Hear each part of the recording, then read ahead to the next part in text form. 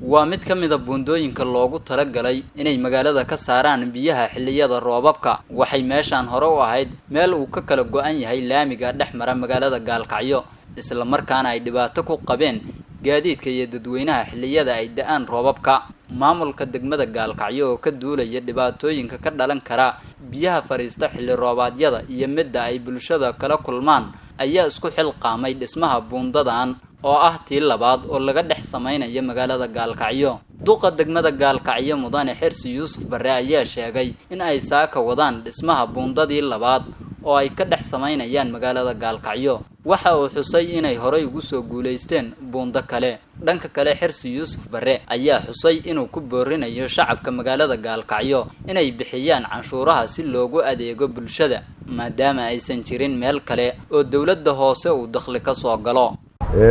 waxaanu meeshan ka samaynaynaa dhismo buundo chief la yiraahdo. waxay meelihii biyuhu gali jireen tii ugu liidatay horaan u soo dhamaystirnay, dadkii way ku nasteen. xilligii roobka la ogaado way shaqaysay. tan haddaan rabnaa hadii la idmo inaanu dhamaystirno maalmaha soo socda. waxaan rabaa dadka reer Gaalkacyo inaan la hadlo iraahdo xilligii abaarihii hadii ay dhamaadeen colaadiina laga nastay oo hadda nabad la haysto, waxaan rabnaa in horumarka loo soo jeesto, in canshuuraha la bixiyo. wax yar baa dadka hadda canshuur bixiya, wixii yarka aan wax qabadkoodii baa muuqda. haddaad wax badan bixisaan wax badan baa la qaban karayaa. waxaan aad iyo aad ugu guwaabinayaa dadka reer Gaalkacyo inay u soo jeestaan horumarinta deegaankan, bilicda magaalada, dayactirka wadooyinka, nadaafadda. shaqo badan baan hor taalla. waqtiyada soo socdana hawlo badan baa hadii la dawladda hoose ay diyaar u tahay inay qabato.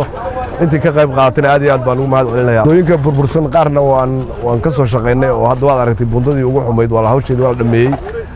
tanna maanta hawsheeda ku dhex jirnaa. meelaha kale oo yaryarkaana waa laga shaqeynaya hadii la idmo. waxna waa wax annaga awooddeena ka baxsan oo laamiyaal in la sameeyo iyo mashaariic iyo hay'ado iyo dawladda federaalka iyo in la iska kaashado u baahan tahay. Saadiq Siciid Nuur, Galmudug TV, Gaalkacyo.